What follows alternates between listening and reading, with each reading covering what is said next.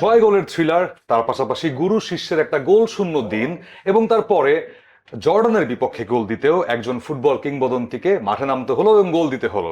এই সব গোলমালে ব্যাপার স্যাপার নিয়েই আজকে আলোচনা করব এবং তার পাশাপাশি স্পেশাল যেহেতু এই বিশ্বকাপটা, অর্থাৎ রাউন্ড অফ 16-এর জায়গায় আজকে রাউন্ড অফ 32 দিয়ে শুরু হচ্ছে এই বিশ্বকাপের নকআউট স্টেজ। সো এই স্পেশাল এপিসোডকে আরেকটু স্পেশাল করব, সেটা কিভাবে সেটা নিয়ে আলোচনা করব আজকে ডি বক্সে।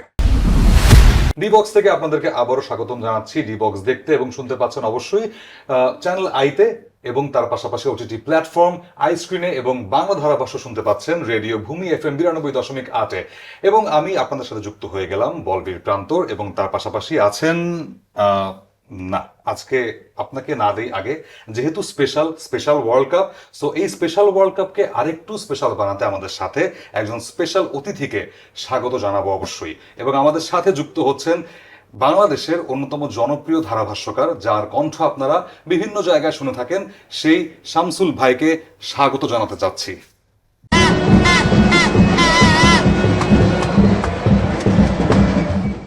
ধন্যবাদ প্রান্তর। শামসুল ভাই, welcome at D box.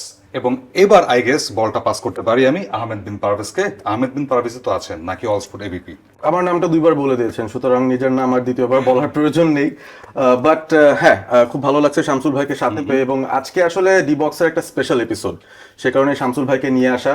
Group পর্ব শেষ হয়ে গেছে এবং শামসুল ভাই নিশ্চয়ই আপনার কাছে আমাদের দর্শকদের জন্য বেশ কিছু আপডেট রয়েছে, কারণ এই যে রাউন্ড অফ 32 কোন 32টা দল উঠলো, কত নাটকীয়তার পর উঠলো, নিশ্চয়ই আপনার কাছে আপডেটেড নিউজ আছে। অবশ্যই আপনি দেখেন যে এইবারই প্রথম 48টা দল 12টা গ্রুপে বিভক্ত হয়ে প্রতিদ্বন্দ্বিতা করলো। নাম্বার অফ ম্যাচেস গ্রুপ স্টেজেই 72টা, এবং সেই 72 ম্যাচে 215টা গোল হয়েছে, 2.99 পার ম্যাচে গোল হয়েছে। So in terms of number of goals, হ্যাট্রিকও আমরা দেখে ফেলেছি ইতিমধ্যে দুটো। একটা জনাথন কানাডিয়ান স্ট্রাইকার মেসির পা থেকে প্রথম হ্যাট্রিকটা এসছে, এবং সর্বাধিক 6টা গোল করে Lionel Messi, the goat, the great champion, তিনি সবার শীর্ষে। 4টা করে গোলও আছে চারজনের, আর্লিং হল্যান্ড, এমবাপ্পে, ডেম্বেলে এবং আরও একজন খেলোয়াড় সেই তালিকায় রয়েছেন, Vinicius junior, the man from Brazil of course. মানে আর্জেন্টাইন ভক্তের কাছ থেকে এই নামটা বের হতে একটু সময় লাগে। না, একেবারে না, নামটা পরে মনে আসছে। তবে একটা বিষয় দেখেন, ইরানের কপাল পুড়েছে। এশিয়ান জায়ান্টদের ঘিরে আমাদের যে স্বপ্নটা ছিল, দক্ষিণ কোরিয়া শিওর শট ছিল 32-তে, আমরা ভেবেছিলাম ইনিশিয়াল প্রাক আলোচনায়, কিন্তু সেই কোরিয়াও ছিটকে গেছে রাউন্ড অফ 32-এ। একমাত্র Asian representative right now Japan. তো ওই জায়গায় উরুগুয়েও আমি বলবো যে তারা হতাশ করেছে, দুবারের চ্যাম্পিয়ন, হাই প্রোফাইল একটা দল।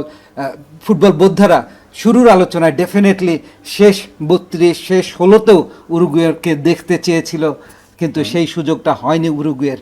অ্যান্ড আমি তো আগেই বলেছি যে Cape Verde one of the best surprise package, সাথে DR কঙ্গো যেভাবে করে রাউন্ড অফ 32-তে তারা উঠে এসছে, স্পেনকে কেপ ভার্দে রুখে দিয়ে সেন্সেশনাল একটা ম্যাচ উপহার দিয়েছে এবারের ওয়ার্ল্ড কাপে। সো অ্যাট এ গ্লান্স আমি যদি দেখি, কেপ ভার্দে আর DR কঙ্গোর উত্থানটা এই রাউন্ড অফ 32-এ একটা স্পেশাল সারপ্রাইজ অ্যান্ড চমক। একই সাথে ইরানের মতো দল, সাউথ কোরিয়ার মতো দলের রাউন্ড অফ 32-তে আসতে না পারা কিংবা উরুগুয়ের ছিটকে যাওয়া, এটা ছিল একটা বিরাট ব্যাকলগ এবারের ওয়ার্ল্ড কাপে। আগে আরও অনেক বিষয় অপেক্ষা করছে, কেননা রাউন্ড অফ 32 আমরা সবাই জানি নকআউট স্টেজ, এনিবডিজ গেম, এবং 90 মিনিটসের পর added time, extra time, in fact 30 minutes, তাতেও সমাধান না হলে যেহেতু টাই ব্রেকারে যাবে ফরমেশনটা, সো বুঝতেই পারছি তখন একেবারে নেল বাইটিং ফিনিশিং এর অপেক্ষায় আমাদের থাকতে হবে, স্লাইস অফ লাকের উপর অপেক্ষা করতে হবে দলগুলোকে। এক্স্যাক্টলি যেটা বলছিলেন শামসুল ভাই, যে স্লাইস অফ লাক, এবং এই লাকের উপরে ভরসা করে কিন্তু এবার অনেক আমরা উত্থান পতন দেখেছি। কারো লাক ফেভার করেছে, কারো করেনি। যেমন আমরা কথা বলছিলাম যে কঙ্গো যেখানে একটা ম্যাচও জেতেনি তারা, দুটো মানে 3টাই ড্র করেছে। আবার এমনও আছে যে 3টা ড্র করে ইরান যেমন উঠতে পারেনি রাউন্ড অফ 32-তে। কিভাবে দেখবেন?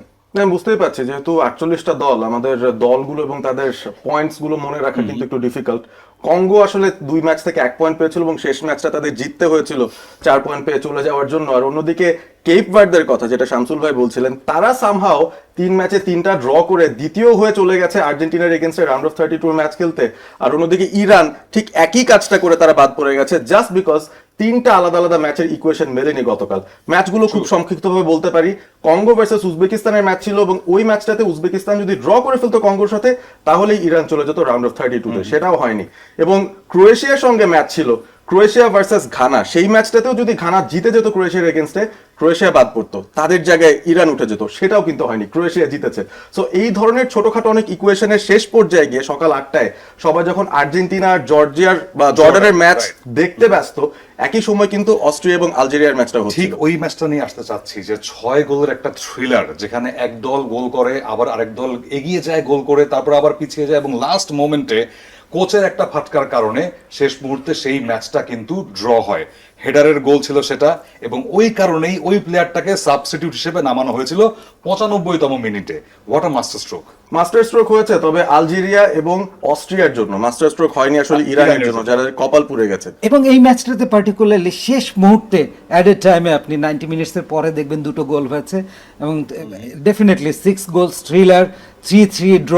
এই ম্যাচটাও যদি ড্র না হয়ে উল্টো রেজাল্ট হতো তাহলেও হয়তো ইরানের ভাগ্য খুলে যেত রাউন্ড অফ 32-এ। এবং আমরা সামহাও উজবেকিস্তান, ইরাক, ইভেন কি জর্ডান, এশিয়ান রিপ্রেজেন্টেটিভ, এই যে 48টা দেশের সুবাদে এশিয়ার প্রতিনিধিত্ব বেড়েছে, but still they finished with the bottom line in the group without having any points.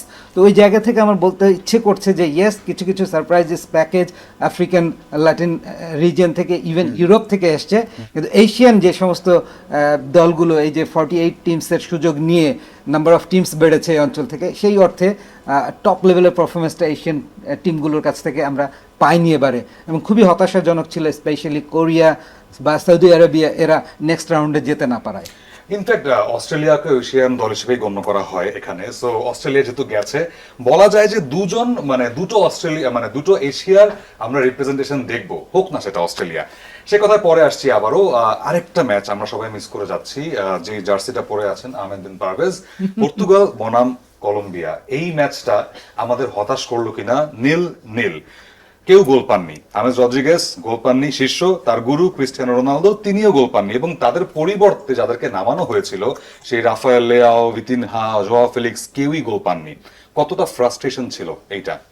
খুব বেশি ফ্রাস্ট্রেশন না, কারণ পর্তুগাল যে ধরনের পারফরমেন্স দিয়েছে এখনো পর্যন্ত, কঙ্গোর সাথে যেহেতু তারা ড্র করেছিল, কলম্বিয়া তো খুব কঠিন প্রতিপক্ষ, 13তম র্যাঙ্কিং এ রয়েছে তারা ফিফার, এবং আর্জেন্টিনার পর সেকেন্ড হাইয়েস্ট র্যাঙ্ক যদি বলি ইন টার্মস অফ কোয়ালিফিকেশন, সেখানেও কিন্তু কলম্বিয়া সেকেন্ড বা থার্ড পজিশনে শেষ করেছে। সো তাদের এগেনস্টে পর্তুগালের ম্যাচটা সহজ হবে আমরা কখনোই ভাবিনি, এবং সেটাই হয়েছে। কলম্বিয়া ওয়াজ ভেরি অ্যাগ্রেসিভ, এবং পর্তুগাল আসলে তাদের যে ডিফেন্সিভলিও সমস্যা আছে, একটা গোল শূন্য ড্রয়ের মধ্যেও কিন্তু আমরা সেটা দেখেছি, মুহুর্মুহু আক্রমণ হয়েছে তাদের দিকে, এবং সেখান থেকে আমরা টের পেয়ে যাই যে পর্তুগাল কোনো মতে রাউন্ড অফ 32-তে গেলেও বাকি পথটা তাদের জন্য কিন্তু সহজ হবে না।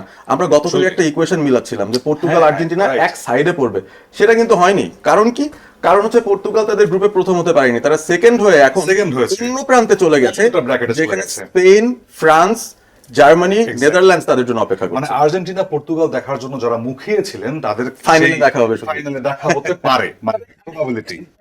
আর্জেন্টিনা জর্ডানের ম্যাচটা নিয়ে একটু বলতে চাই। আপনি দেখেছেন যে এই ম্যাচটাতে ব্যাপক আগ্রহ ছিল এই অঞ্চলে। আর্জেন্টিনা ব্রাজিল বলতেই সমর্থকরা একেবারে বুঁদ হয়ে থাকেন। মানে দাঁড়ান, আপনার এই ম্যাচে আসতে হলো, মেসিকেও নামতে হলো এই ম্যাচে, মানে কি হচ্ছে? না, সেটাই বলছি যে দেখেন 2-0 তো এগিয়ে গেল আর্জেন্টিনা, তাই না? এবং সেটা ফার্স্ট হাফে খুব কম্প্রিহেন্সিভলি। আমরা এই স্টার্টিং লাইন আপে মেসিকে দেখিনি, আমরা সবাই ধরে নিয়েছিলাম এটা ইজি কাপ অফ টি হবে আর্জেন্টিনার জন্য, স্পেশালি প্রতিপক্ষ যখন জর্ডান, এবং র্যাঙ্কিং এ অনেকটা পিছিয়ে, প্রবাবলি 63 পজিশনে তারা ছিল এবং টপ পজিশনের টিমের সাথে খেলা। কিন্তু আমরা জানি যে রাউন্ড অফ 32 এর জন্য ইনট্যাক্ট রাখা হচ্ছিল মেসিকে, কিন্তু স্কোর লাইনটা যখন ওই যে তামিরি সাবস্টিটিউট এসেই 55th মিনিটে গোলটা পরিশোধ করলো এবং ব্যবধান কমিয়ে আনলো, তখনই কিন্তু স্কালোনি তার সেই দাবার ঘুটির চালটা দিলেন এবং ইমিডিয়েটলি মেসিকে নামালেন, নেমেই সেই গোলটার ম্যাজিক দেখালেন, মানে ফ্রি কিকে, সেট পিসে, আবারও মাস্টারপিস একটা ডেলিভারি। এক্স্যাক্টলি, দুর্দান্ত একটা গোল ছিল। যদিও ব্রাজিলের জার্সি পরে আছি, বাট তারপরেও মানে গোটদেরকে গোটের মতো শ্রদ্ধাটা করতেই হয়।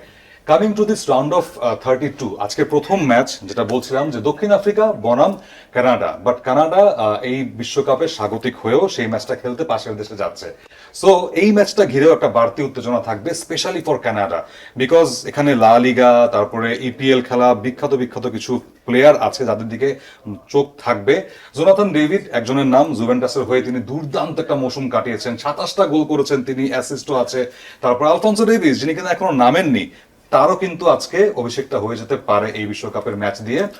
এবং সেখানে মিলার নামে একজন আছেন যিনি কিনা হাল সিটির হয়ে খেলেন এবং হাল সিটিকে প্রিমিয়ার লিগে তুলে এনেছেন তিনি ফার্স্ট ডিভিশন থেকে। এত সেট অফ প্লেয়ারের সাথে দক্ষিণ আফ্রিকা পেরে উঠবে কিনা? শামসুল ভাইয়ের কাছে ছেড়ে দিই সেই প্রশ্নটা, কারণ আমার কাছে মনে হয় যে আমি যদি চিন্তা করে দেখি দক্ষিণ আফ্রিকা তারা যেভাবে উঠেছে ওই লাস্ট ম্যাচটা জিতে, আমরা কিন্তু এক্সপেক্ট করছিলাম না খুব একটা। সো এই ম্যাচটাতে কানাডারই ফেভারিট থাকার কথা, কি বলেন? আরেকটা না, ফান আমি agree করবো। আমি যদি ছোট্ট করে অ্যাড করি, দুই দলে কিন্তু একই প্যাটার্নে এসছে, এক হার এক জয় এক ড্র। না, ডেফিনেটলি এই ম্যাচটাতে কানাডা আমারও ক্লিয়ার ফেভারিট।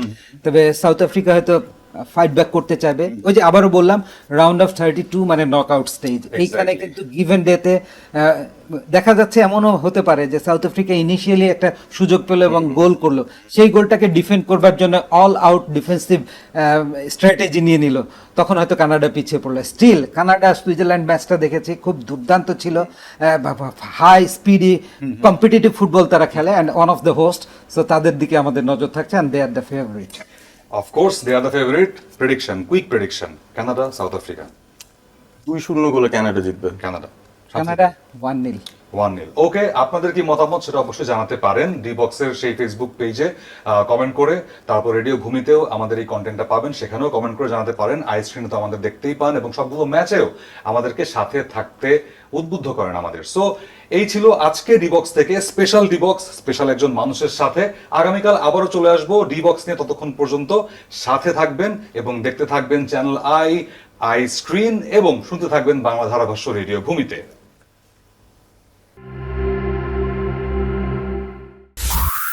রেডিও ভূমি 92.8 FM।